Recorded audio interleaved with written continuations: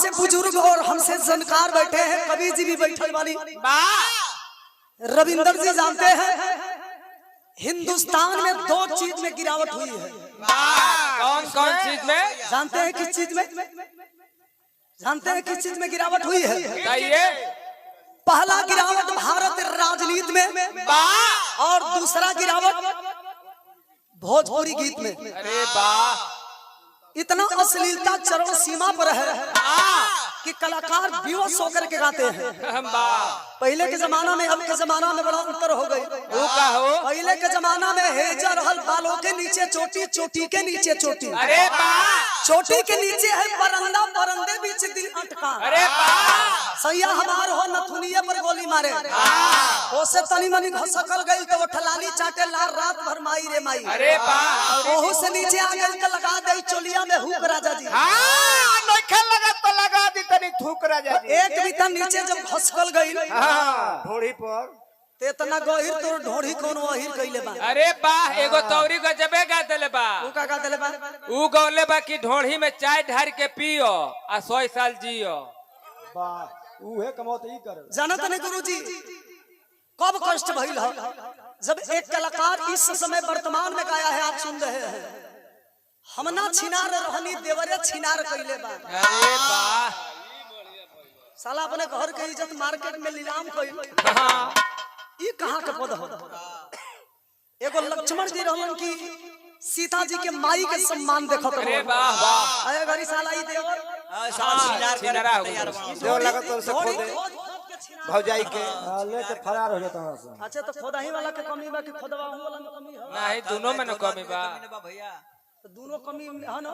हाँ, बुरा ढूंढन में चला बुरा न मिला कोई, दिल यदि अपना खोल के देखो मुझसे बुरा न कोई। अरे वाह, एक सामाजिक विरह और पारिवारिक विरह और देशभक्ति विरह विश्वास बा कि आप सबके पसंद आई। जे भी भैया उठ बैठ कर तनी मात्र 20 से 25 मिनट आप लोग से निवेदन करो कि विरह में उठ बैठना होके। आई स्वर बना के तो बहादुर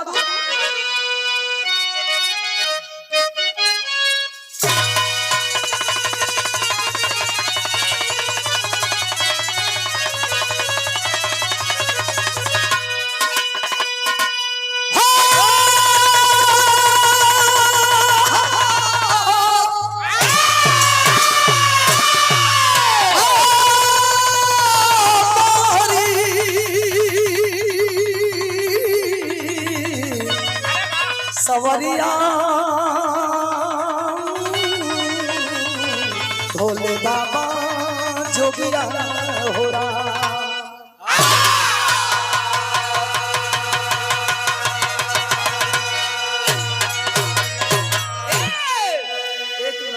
जोन पीछे से हमारा रिटर्निंग देता नहीं भैया एक डाउन करी, आगे वाला हमारा रिटर्न जोन हमारा रिटर्निंग बहु आवाज खोली दिक्कत हो जाए हारमोनियम के सुर में, एक सुर में।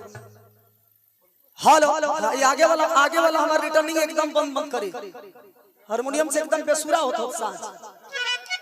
हेलो हेलो, ऊपर वाला सही रखी, थोड़ा सा बेस कम करके ट्रेबल हाइट रखी। आइए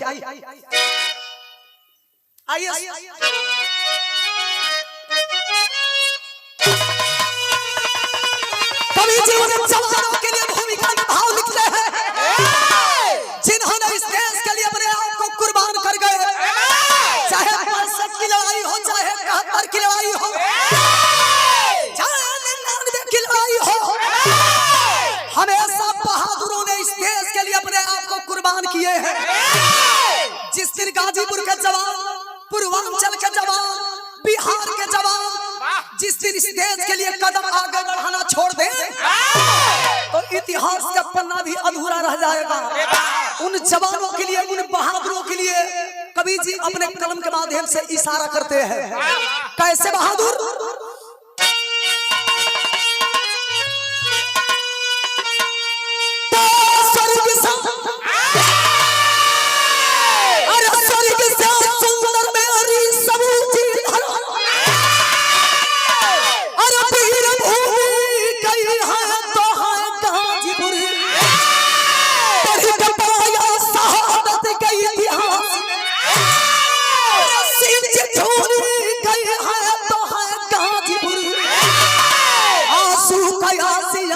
यही पर मिला जजबे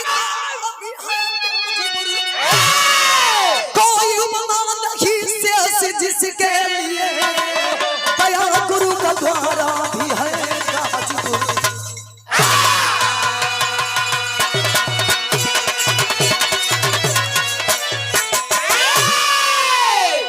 स्वर्ग से सुंदर मेरी सबूची धरा भूमि कई आया है गाजीपुर।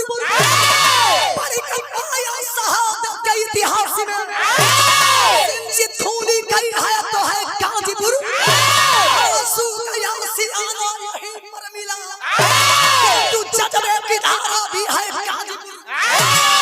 कोई उपमा नहीं शेष जिसके लिए गया गुरु का द्वारा भी है गाजीपुर। बिरहा में कवि जी कव्वाली का भाव लिखल बहादुर।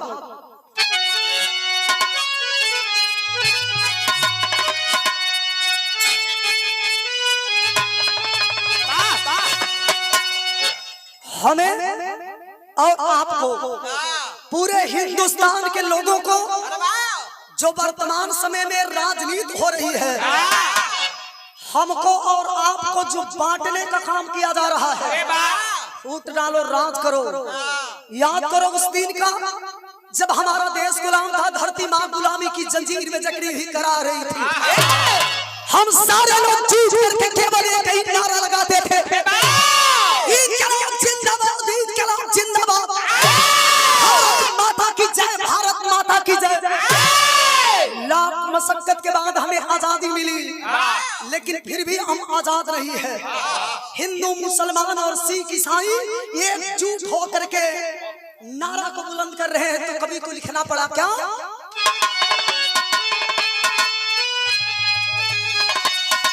अरे उठो मुसलमान नमाज पढ़ लो।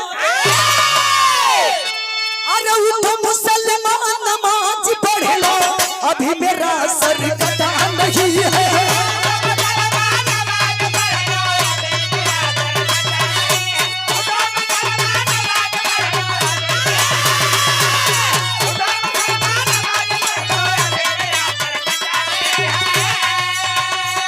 अरे उठो मुसलमान नमाज पढ़ लो। अरे उठो मुसलमान नमाज पढ़ लो अभी मेरा सर कटा नहीं है।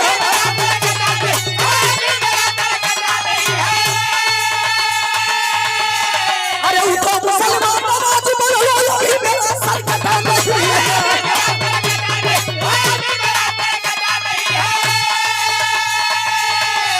अरे हुसैन या चौधरी या शहादत हुसैन या चौधरी या शहादत हुसैन या चौधरी या शहादत।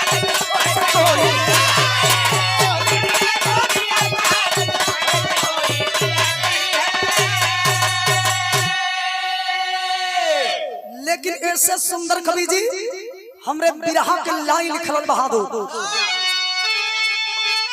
वीर शहीदो सलाम तुझको वीर शहीदो सलाम तुझको ईमान मेरा डिगा नहीं है।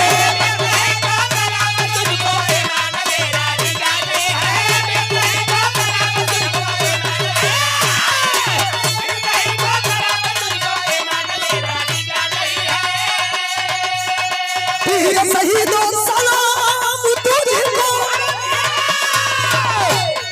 वीर शहीदो सलाम तुझको ईमान मेरा डिगा नहीं है।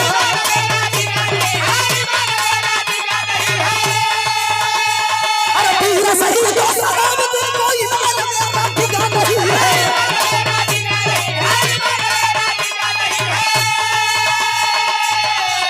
अरे जैसा तुम्हारे अली का कहानी जैसा तुम्हारे अली का कहानी जैसा तुम्हारे अली का कहानी वैसा कोई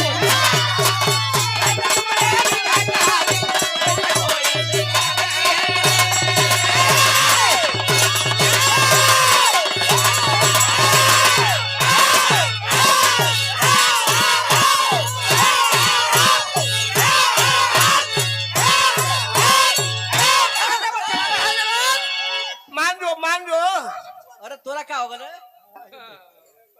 का है रे बाबू एबारा खइले ना हो। बुझा तनी तोरा माई और ताक दला से खिसियल बड़े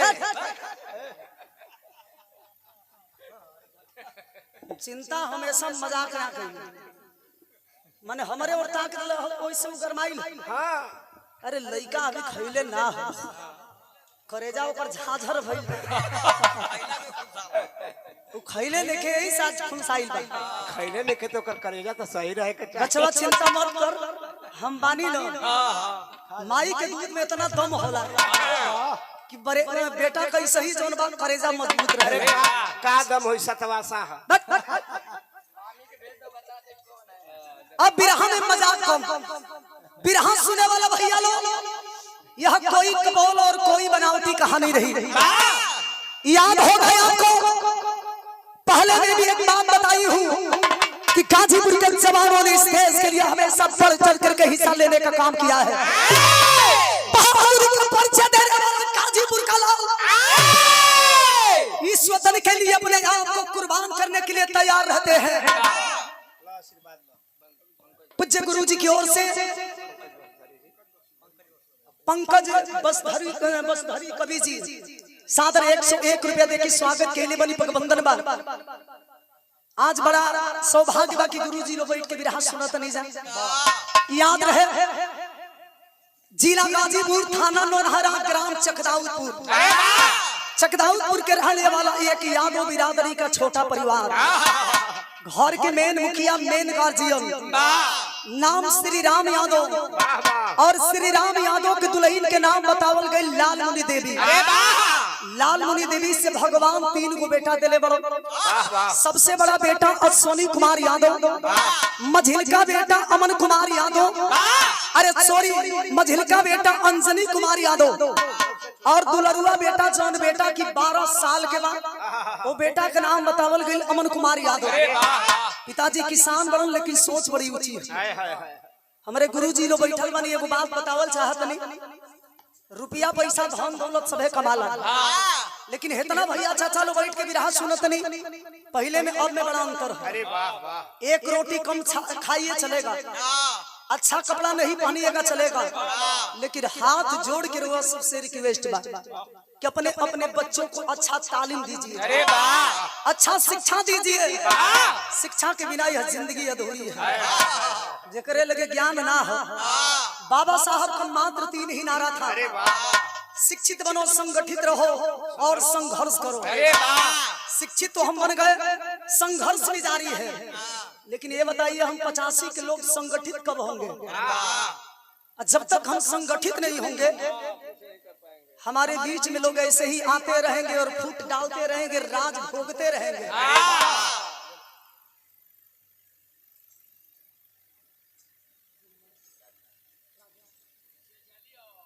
संचालक महोदय जिनके द्वारा मंच का संचालक किया जा रहा था, आपके सौजन्य से सुंदर माला और सादर 101 रुपया देके स्वागत के लिए बनी पूजनीय राधे श्याम यादव जी आपके सौजन्य से। अच्छा आदरणीय राधे श्याम जी पूजनीय गुरु जी की ओर से 100 रुपये का आशीर्वाद, चरण छू के प्रणाम। बक्सर में आप कार्यरत बने, कोचिंग सेंटर आपके बाद यही सब गुरु जी देनी है कि अपने अपने बच्चों को अच्छा तालीम दीजिए।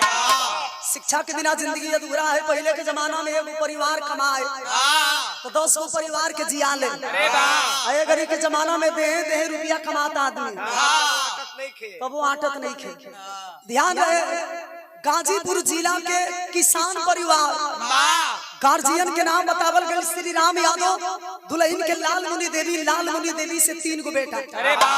पिताजी के सपना बा कि गरीबी में भले हम किसानी करत नहीं, गरीबी में दिन बितावत नहीं, लेकिन अपने बच्चों के पढ़ाई के अच्छा इंसान बनाई।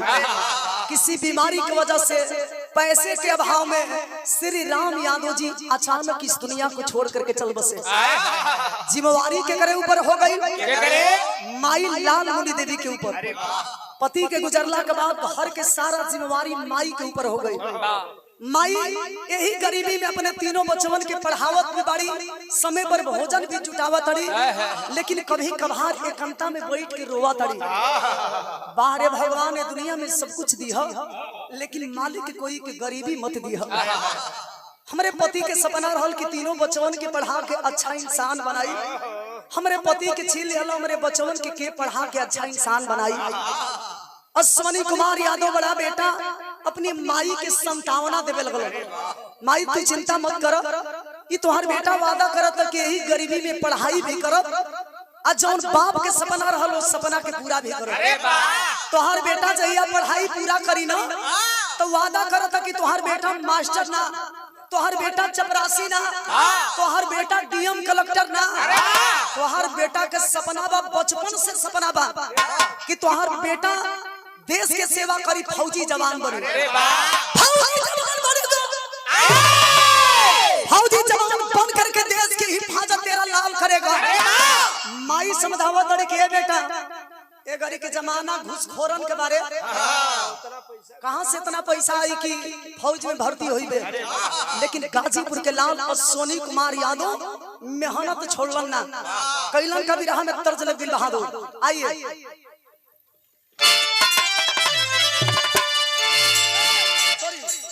कहानी की शुरुआत हो गई।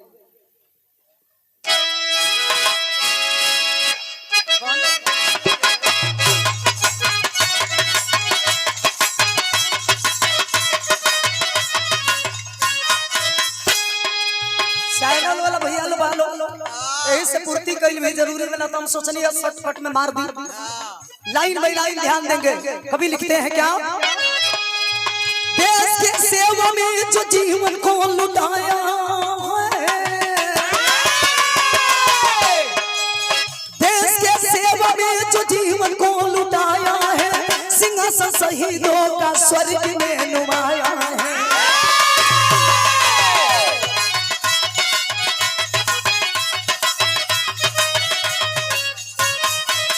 जनमानों का बना महज एक हिस्सा है, मगर फौजी बन जाना कृति का हिस्सा है।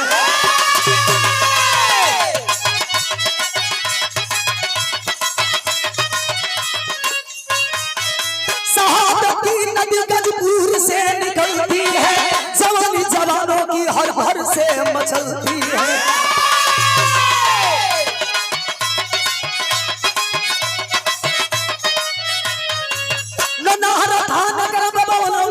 बसेरा है फौज में, फौज जहां अश्वनी का डेरा है।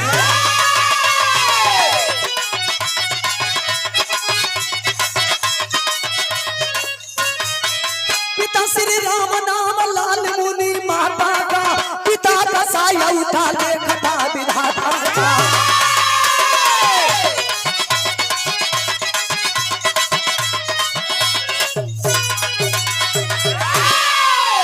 एक दिन माई कोनावा में बैठ के रोवा तरी, बाहरे भगवान ए दुनिया में बिना पति के जिंदगी का होला, शायद औरत से पूछल जा जेकर ए दुनिया में पति नहीं खौ।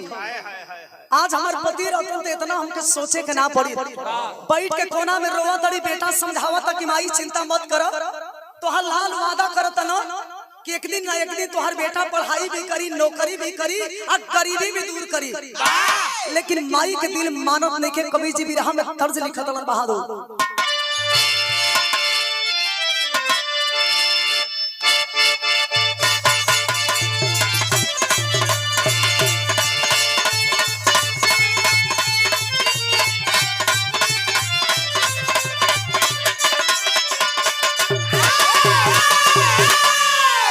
कौनो दुल्हन कहले हल्का झुमका झुलनिया, झुमका झुलनिया हंसुली न दुनिया चाहे गजरा के धारी।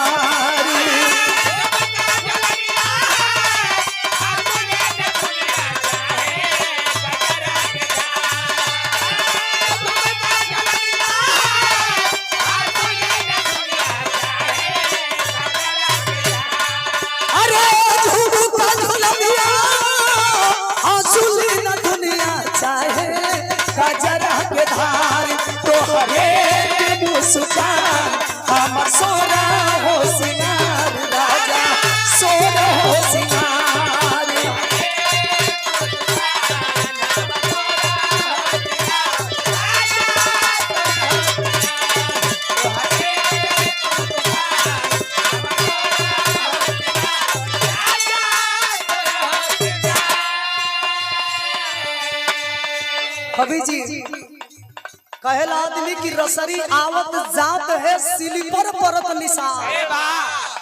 शेर के बेटा शेर होला, बांस के जरिए हमेशा बांस जमेला। शेर कतनो बुढ़ा जाई जब खाई तो वो मांस खाई कबो घास ना खाई। गाजीपुर का लाल मन बना लिया कि मुझे फौजी बनना है। कैलन का भारती के भरले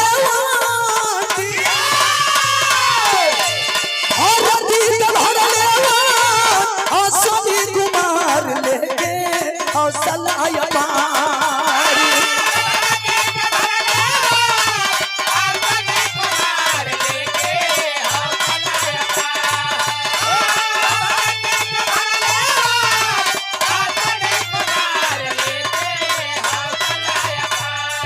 अरे भारती के भरले अश्विनी कुमार लेके हौसला पारी।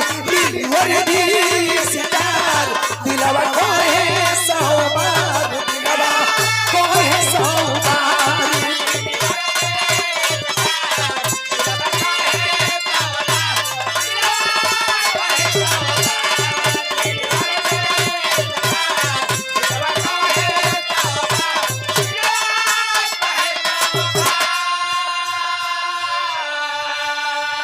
भैया हो पढ़ाई करो तड़ो, दोस्तन से समझावत तड़न, बतियावत तड़न। पिताजी ये दुनिया में हमार नहीं खोल, हमनी के लालन पालन माई करेली। माई के जब देखा तनी जब करेजा फाट जाता। तो हम भले पढ़ाई पूरा कैला के बाद डीएम कलेक्टर बन जाइए हो, लेकिन हमार सपना बा कि हम फौजी जवान बनो। माई के लाख में ना कैला के बाद गाजीपुर के लाल अश्विनी कुमार मल्लन ना 2007 में कैलन का बहादुर भर्ती हो गईले तीन सोरसी रंगदारी।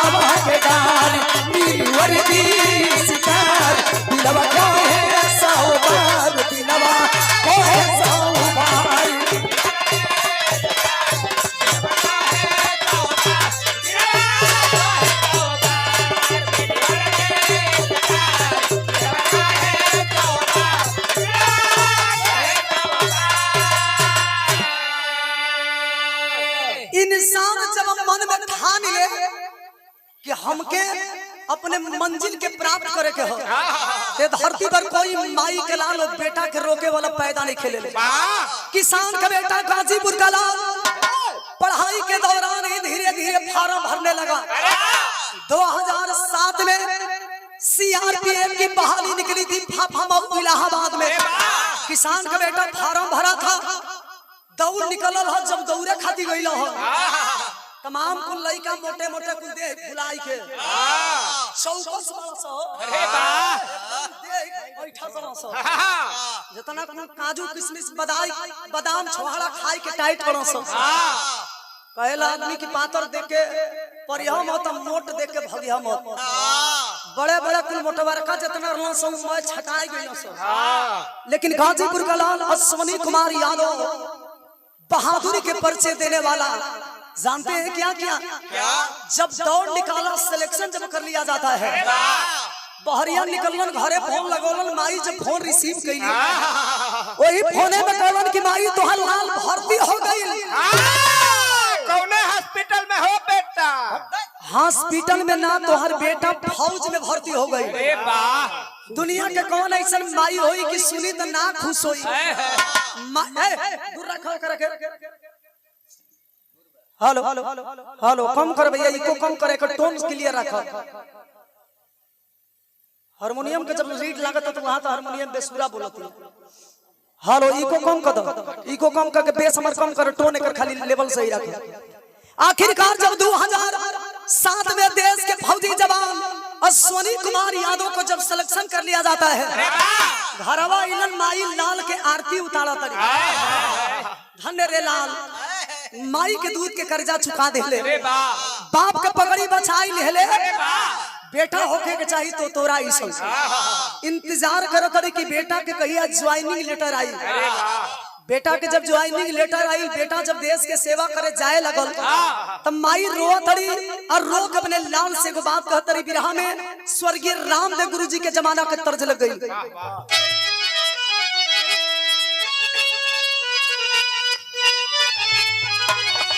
हेलो हेलो पानी में खाली उठाई ऊपर वाला।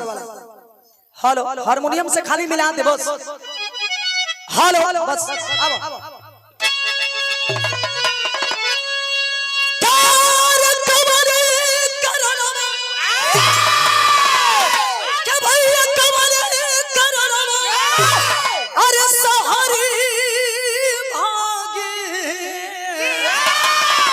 अपिया पपिया के बोलिया जहरी लागे,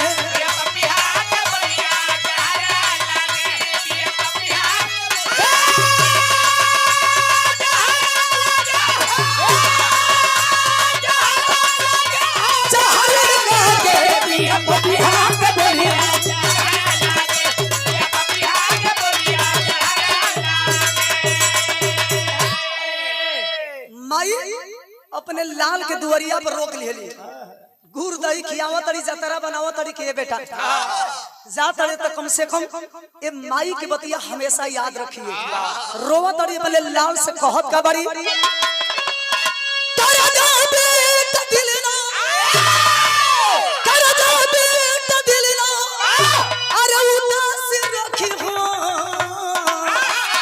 बाकी घरवा हमेशा अपनी यादी रखिया।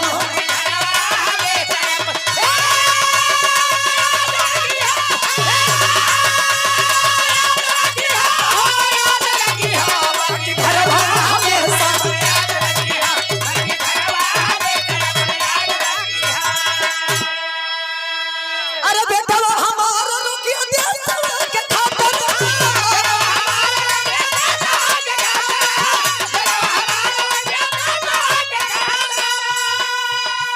हमारा धूम को नया चला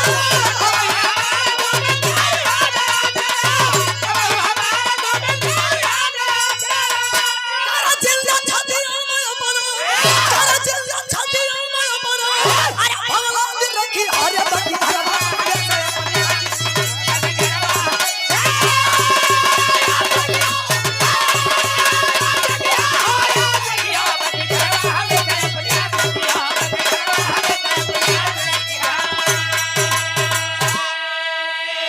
जा तोड़ा तो वादा करो कि माई आज तक ले तोहरा से कुछ मंगले नहीं खे। आज पहली बार आंचल फैलाए के तोहर माई भीख के रूप में यह मांगतिया कि एगो माई के छोड़ के जो ना माई के सेवा करे जाता वो माई के संगे कबो गदारी मत करी है। गाजीपुर का लाल अश्वनी कुमार यादव भावुक हो जाते हैं, रोवे लगलन कि माई तू कैसन बात करत हड़ू। ये तोहर लाल वादा करता कि जैसे बाप के सपना रहलो सपना के बेटा पूरा करी। एक हाथी भले हमार गर्दन कटी मंजूर हो, लेकिन तुहार लाल कभी देश के संगे गदारी ना करी। किसान का बेटा अश्वनी कुमार यादव वहीं पहुंचे जहां की जवानों को ट्रेनिंग दी जाती है। तिरंगा झंडा के नीचे खड़ा होकर के कसम खाने वाला वह वीर फौजी जवान देश के प्रहरी गाजीपुर का लाल वादा करता है जीते जी इस तिरंगे के ऊपर कभी आंच आने नहीं दूंगा। मेहनत के साथ लगन के साथ ट्रेनिंग जब पूरा कैलन 3 साल ड्यूटी करत बीतल बा। दुआरिया पर जान तड़खा भइल दुआरिया पर तिल कहरु ल दौड़े लागल लोग। कहां से लोग आइल बा तिल कहरु लोग?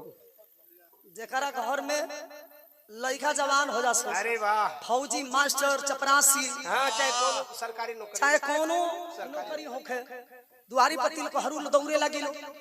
अच्छा तो ई तिल कहरु लोग कहां के आइल बा लोग? कहां से? जनपद बलिया, ग्राम गांधीनगर, ब्लॉक बेरुआर बारी, खेजूरी के रहने वाले। अरे वाह, जे भी भैया बलिया गई हो कब सिकंदरपुर साइड में खेजूरी पड़ेला, वही खेजूरी के रहने वाले गुलाब यादव के इकलौती बेटी। अरे वाह, जौने बेटी के नाम बा अंशु। रिश्ता लेके अइला हम गाजीपुर में। अश्वनी कुमार यादव के माई सुनली की लड़की बड़ा सुंदर है, लड़की बड़ा संस्कारी भी, पढ़ल लिखल लड़की भी। लड़की तो 10 गो लड़की में लड़की है, छछाक लक्ष्मी है। अरे वाह, घर में आई तो साला घरे अजोर हो जाएगी। अच्छा तो पतो ही होके के चाहिए तो ऐसा शादी खातिर राजी भइली हो तो देखी भगवान के माया कुदरत के देन राशि दोनों एक है। अश्वनी कुमार यादव और अंशु शादी भइल, नई नवेली दुल्हन घर में आइल। 10 साल बीतल बा आ 10 साल के अंतराल में भगवान दूगो दे देले बड़ो। का हो? एगो लड़का एगो लड़की। अरे वाह, लड़किया बड़ बिया, लड़का छोट बा। लड़की के नाम बा आयशा और लड़का जो छोटका बा ओकर नाम बा आदित्य। 10 साल में दोनों हो गई सब, घर परिवार खुशी खुशी दिन बितावता। 2020 मार्च के महीना बा। दुल्हन के जब पति की याद सतौले बा, साला ई महीना बड़ा खतरनाक हो। अरे वाह, कवन हो? 3 गो महीना बड़ा खराब होला। वाह, कवन कवन? सावन के महीना मेहरारून खाती, फागुन के महीना मर्दन खाती, हाँ, कार्तिक के महीना कुकुरन खाती। ये साले उसी के एजेंट हैं, महीनों में रहबे करला। अच्छा तो देखा मार्च के महीना में दुल्हन अपने दुल्हा के लगे फोन लगौलस, कैसे बहादुर?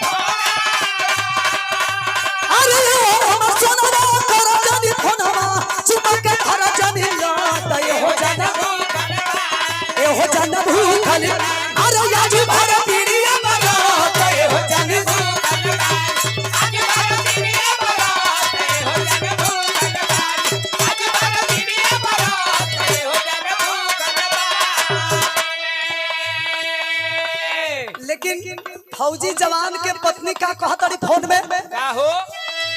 अरे भगु हमें आइला न पतिया भुलैया,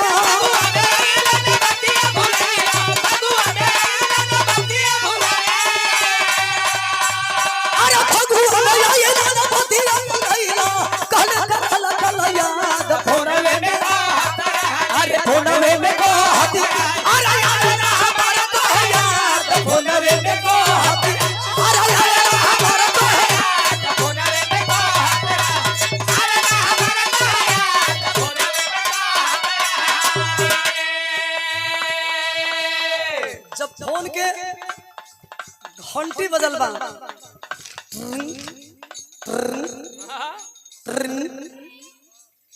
फोन रिसीव होता। हेलो कौन? गलत की कहा जी, आज पहचानत भी नहीं की। याद कीजिए उस वक्त का जब आप जा रहे थे तो वादा किए थे कि जल्दी आऊंगा। अरे वाह, घरवा बूढ़ी माई बड़ी, 2 गो सोना ऐसा भाई बड़ो सो। कितना भाग्य तकदीर से आपके भगवान 2 गो औलाद देले बड़ो। का कभी बचपन की याद ना आवेला? मेहरारू को कबो याद आपके ना सतावेला? सही लोग कहेलो कि फौजी इंसान के अंदर दिल नाम के कोनो चीज ना होला। तब डांट करके अश्वनी कुमार यादव अपनी बीवी से एक बात कहा, क्या? हर रिश्ता से रानी हमारे ऊपर होला हो, हर रिश्ता से रानी हमारे ऊपर होला हो,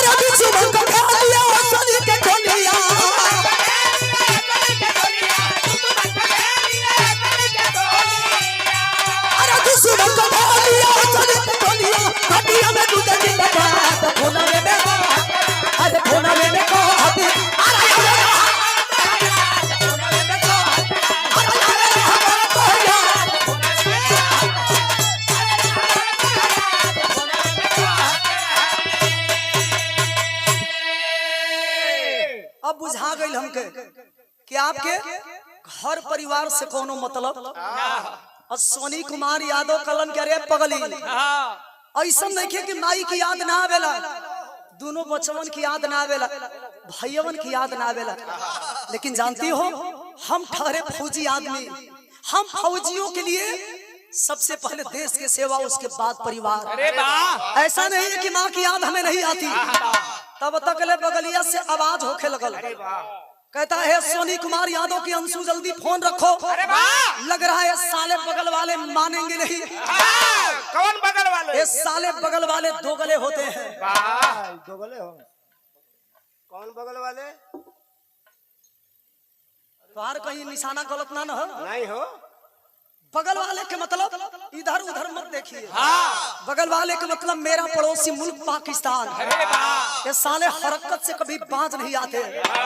दोगलवन के दोगलपन ना छूटी, हमेशा हमारे भाइयों के साथ छल की मार करते हैं। वक्त हो गया है इनका जवाब पत्थर से चुकाने का। जल्दी फोन रख। मेहरारू के करेजा कितना होइबे करेला। चढ़ दे फोनवा पर टकलस की ला ला बतिया ला ला। आज के बाद हो भाई, आज के बाद कुछ हो ना होई। आज के बाद जा। कलन कह रहे नाराज मत होकरे पगली, हम बहुत जल्दी आई। फोन पर टकलस और सोनी कुमार यादव अपने टीम के तैयार कैलन, पहुंचलन। आज जब पहुंचलन तो आप लोग देखले हो, पेपर में पढ़ले हो, साथियों के साथ गाजीपुर का लाल उस लड़ाई के दौरान 4 आतंकियों को मार गिराने का काम किया था। 2020 मार्च का महीना था जब 4 आतंकियों को मार गिराए। बहादुरी और लगन को देखते हुए जानते हैं क्या हुआ? क्या? दूसरा का दिन ड्यूटी चेंज कर दी गई। कश्मीर के कुपवाड़ा जिला हिंदवाड़ा सेक्टर में ड्यूटी लगाई गई है। और जब ड्यूटी लगल तो बिरहा चढ़ गई बहादुर। अब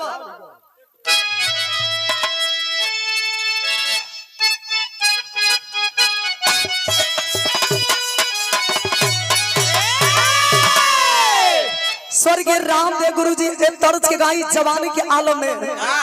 कैसे गाई बहादुर?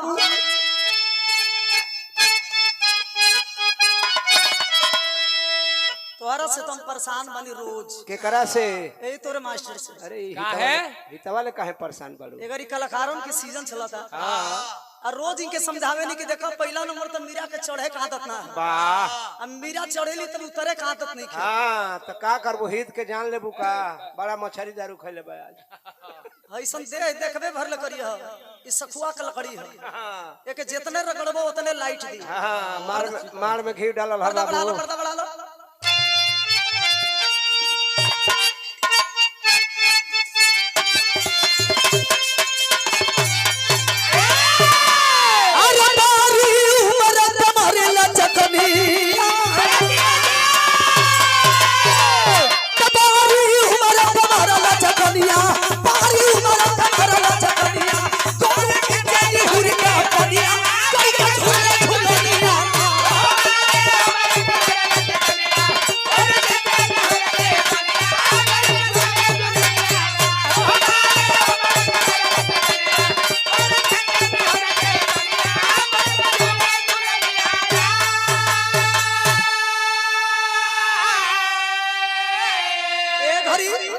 मर्द मेहरारू का मुकाबला होता।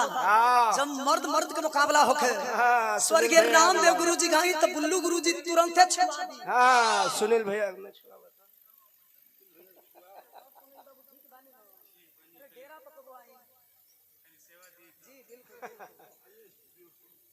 पूज्य हमारे बगल से ही हमारे पड़ोसी कहिए या हमारा परिवार का एक हिस्सा कहिए, सुनील यादव जी के सौजन्य से स्वागत की कड़ी में सादर 500 रुपया दे के मनोबल बढ़ावे के काम कैले बने। रंगमंच की ओर से पूरे टीम की ओर से आपके बहुत बहुत प्रणाम। जब मर्द मर्द के मुकाबला होके तब बुल्लू गुरु जी सिंगारस के गवैया रानी रामदेव गुरु जी बीरस के गवैया। अरे देख देख देख ऐसा ही हाथवा रख के हो। देख रामदेववा देख मन छुआवत है तनी पुलई खाली। हां छुआवा बर्दाश्त हो जाई तो ठीक है, न तो ललका तो फेंकिए दे। ऊ कैसे कहे? अरे बाबा में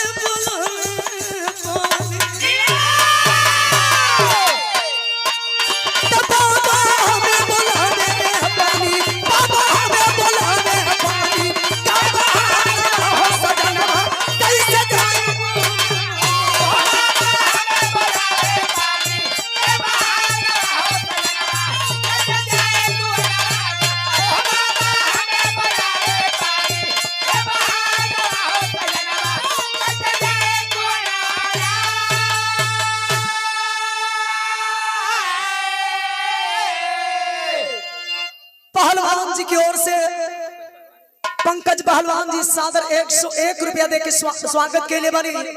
रंगमंच की ओर से बहुत बहुत प्रणाम। 2 मिनट जैसे फिल्म में पर्दा पर जैसे रुआ सब देखे नी सीन के, एक तरफ हिंदुस्तान के फौजी जवान और दूसरे तरफ पाकिस्तान आमने सामने खड़ा है, तो कभी को लिखना पड़ा क्या, चले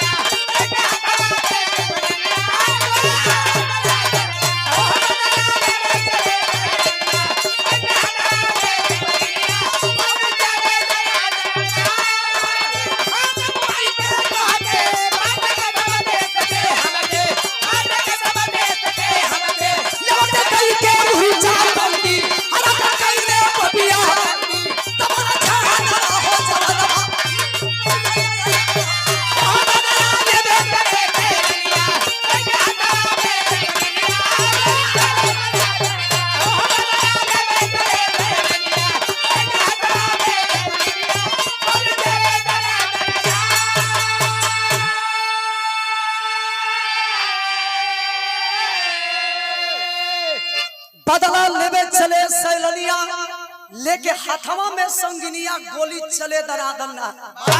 धरती खोद मोई में तोहके बाटे कसम देश के हमके, लौटे कई के मूर्छा बंदी हरकत कैले पपिया गंदी। बतइबे कैनी कि दोगलवन के दोगलपन ना छूटी। देश के बहादुर जवान जब तक लड़ते रहे, कमीना हिम्मत नहीं जुटा पाए कि हिंदुस्तान की तरफ बढ़े। मूर्छाबंदी होती है। देश के जवान जब वापस होने लगे तो कमीना फिर पीछे से छिप करके वार करते हैं, जिसमें एक जवान नहीं, 2 जवान नहीं, पेपर में पढ़े होंगे, न्यूज में दिखाया जा रहा था, जिसमें 3 फौजी जवान शहीद होते हैं। देश के सेवा करते करते देश के बहादुर फौजी जवान अश्वनी कुमार यादव भी देश के सेवा करते करते वीर गति को प्राप्त कर गए। धरती लहूलुहान पड़ी है। एक जवान दौड़ता हुआ आया और पार्थिव शरीर को उठा करके जब तिरंगे में लपेटने लगा, तो एक जवान जानते हैं क्या कहा? एक जवान कहा कि सबसे पहले इसके घर सूचना दे दिया जाए। तुरंत जब कुछ फौजी जवान सूचना देवे खातिर तैयार भइलन, तो कवि जी विरह में टेरी के भाव लिखलन, दूरी बना ले, दूरी बना ले।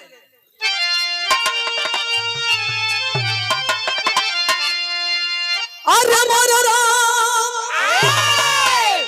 अरे नहाई कबल खून में देशवा, ये बाबू नहाई कबल खून में देशवा, मौत का महायुद्ध कब अंतिम बिगुल बजाई, अरे बजाई, अरे मौत के महायुद्ध कब अंतिम बिगुल बजाई, नहाई कबले खून में देशवा।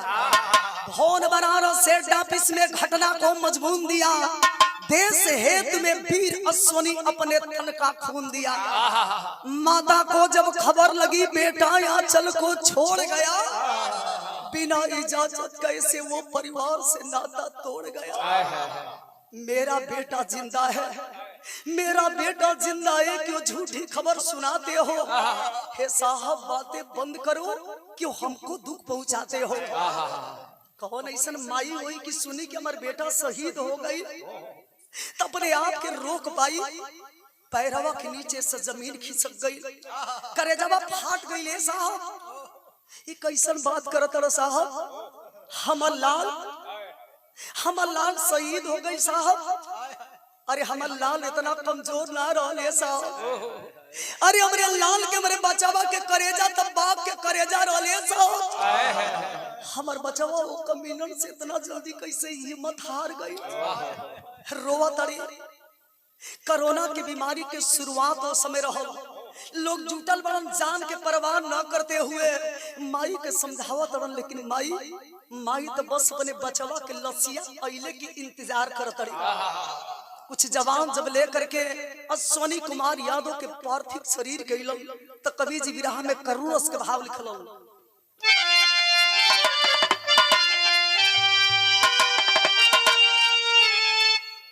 कवि जी विरह में करुण रस के भाव लिखलन कैसे भाव?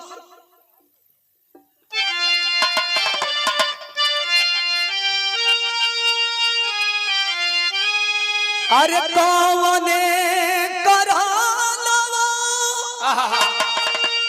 कौने करनवा जोगी जोगा वारमा यारे वारमा कौने करनवा भिखिया मांगे लाएरा कौने करनवा भिखिया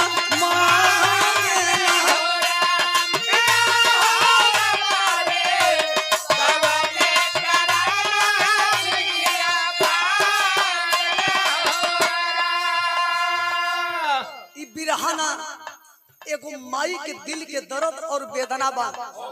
जे भी भैया लोग बैठल बनी, एगो माई जब अपने लाल के खोवेली, एगो माई के सामने जब एगो जवान बेटा शहीद होला न, अरे वो माई के दिल पर का बीतेला शायद वो माई समझ पाएगी जिसका इस दुनिया में जवान बेटा शहीद हुआ है। रो रही है और रो करके शहीद बेटे से कहती है, क्या कही? खाई के पछार गिरी गाई ली मतारी ली मतारी आइल जबला सिया दुआर दुएरा आइल जबला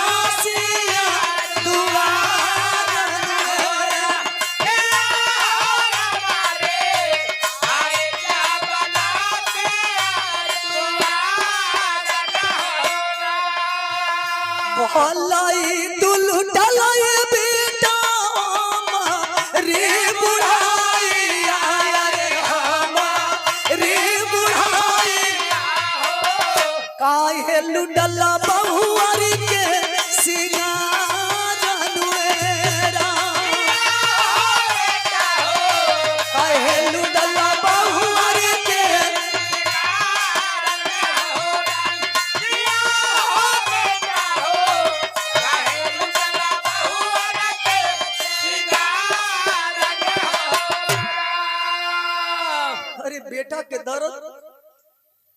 बेटा के दर्द का होला वो अभागिन माई से पूछल जा, जेकर ए दुनिया में जवान बेटा शहीद हो गई। ओ बाप से पूछल जा, जेकर ए दुनिया में जवान बेटा निके बाबू कि बेटा के दर्द का होला। लसिया कैसे ही झकझोरा तारी ये बेटा तू तो गरीबी दूर करे गई रे लेनो। याद करती है उस दिन को, एगो समय रोल कटोरा भर भर के आंगन में दूध पियाई, छाती से लगा करके दुनिया की बुरी नजरों से इसी आंचल में छिपा करके रखा करती थी। हमार लाल गरीबी दूर करे गई लनो। कासम के जानकारी मिली कि एगो माई के सुनो दिन देखइबा। अरे दुनिया में सूखल रोटी खाए के दिन बिता लेती, फाटल लुगरी पहन के दिन गुजर का लेती रे बेटा। लेकिन हमके पता ना रहल के मेरे लाल ये दुनिया में ऐसनो दिन दिखाई। कौन समझाए उस माँ को कि जाने वाले कभी लौट करके नहीं आते। चारों तरफ माहौल गमगीन मत, तब तक ले घरवा में से दुल्हिया आई, पति के लसिया पर मुड़िया पटका दिया। अब पटक पटक कहे कि काजी आप तो साथ फेरा लेते समय जिए मरे के कसम कैले रहनी न। कभी अपने शहीद पति के देखे अरे तो कभी अपने दोनों टुअरन बचवन के देखे, अरे अपने दोनों टुअरन बचवन के देखे अपने सैया से को बात कलस बिरहा में आखिरी तरज।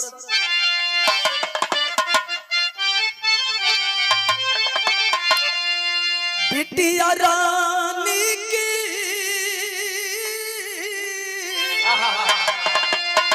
बिटिया रानी की अरे डॉक्टर बनाई सपना रहल तोहारी। बिटिया सपना रहल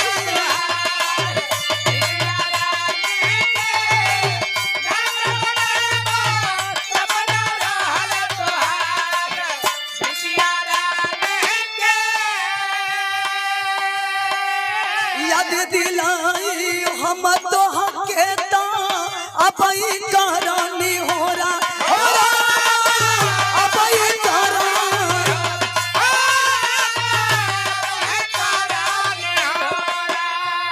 कर जरूर साथ मिल गइलो अरे छोड़ गदेला कोरा की बिटिया रानी के बिटिया रानी के अरे जन्म में साइकिल के उधारी।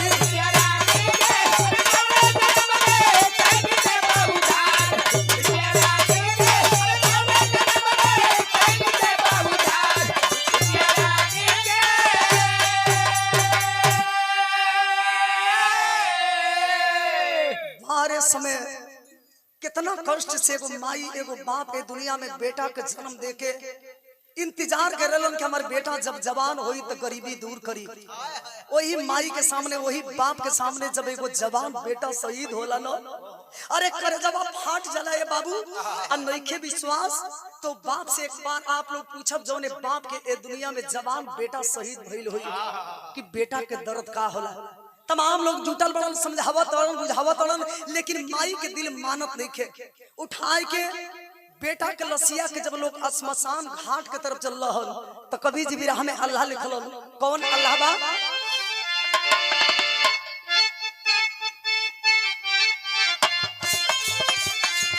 अरे राष्ट्र प्रेम की बात करे हम अरे देखे अरे अखियां जा अरे भौज की कोई जात न होती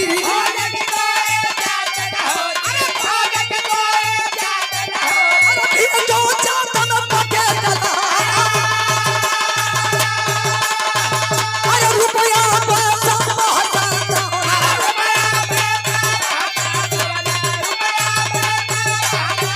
अरे फिर जो जात न पके कला अरे गजब हर भनमौत को मिलता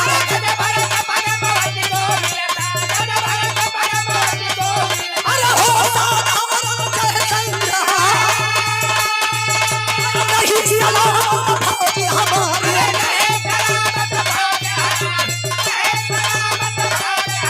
अरे जिंदा में डूबाया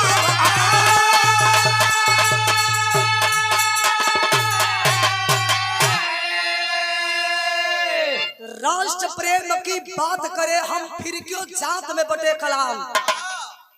अगर तनी मनी एगो दूगो लाइन एने ओने रुआ सब बोल दी, रुआ सब की गिनती कौन सी में होई? देश द्रोही में। लेकिन शायद याद नहीं है उनको कि हम भी इसी हिंदुस्तान के नागरिक और हिंदुस्तान के रहने वाले हैं। जितना मेहनत आप किए हैं देश को आजाद कराने में, यहाँ के हर इंसान लड़के से लेकर के बूढ़े जवान सारे लोग मिलकर के देश को आजाद कराए हैं। अंतिम संस्कार किया गया, रो रही है विधवा। देश के प्रधानमंत्री नरेंद्र दास उर्फ मोदी जी से कहती है कि आपका तो नारा था बेटी पढ़ाओ बेटी बचाओ, लेकिन मोदी जी आपको याद है इस देश को चलाने के लिए देश के किसान का बेटा फौजी बनता है, रिक्शा चलाने वाला का बेटा फौजी बनता है, तब चैन की सांसें आप लेते हैं। जिस दिन फौजी जवान देश की हिफाजत करना बंद कर दिए, उस दिन चैन की नींद सो नहीं पाएंगे आप। एक समय था, आपको याद होगा कि जब देश के जवान शहीद होते थे 1 लाख, 1.5 लाख, 5 लाख मिलता था। लेकिन उत्तर प्रदेश में जब धरती पुत्र मुलायम सिंह यादव जी रक्षा मंत्री बने तो अपने कलम के माध्यम से नियम को बदल डाला। अरे वाह, जो भी जवान शहीद होते 1 लाख, 1.5 लाख, 5 लाख नहीं, टोपी बेल्ट ना, माई बाबू के लगे लड़का के डेड बॉडी जाई आ 1 लाख, 2 लाख, 5 लाख रुपया ना 10 लाख रुपया दिहल जाई। अगर आज के समय में, वर्तमान समय में पैसा मिल रहा है 20 से 25 लाख, तो जानते हैं किसकी देन है? जिनको आप नेता कहते हो।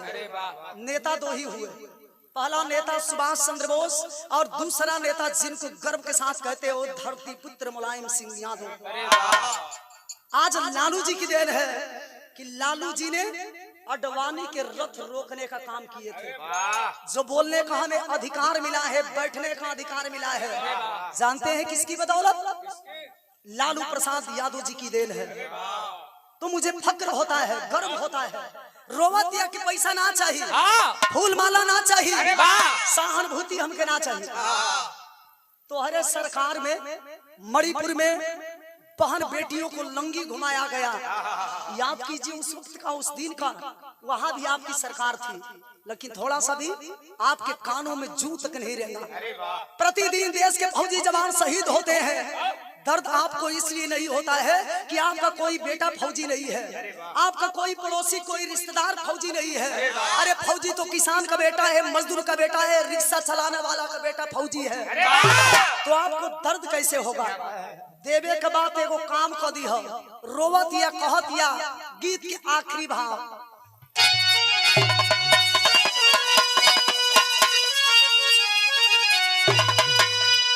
रुको, अब जो तहरा लगे पर्दा बाचल बा उठाई ले।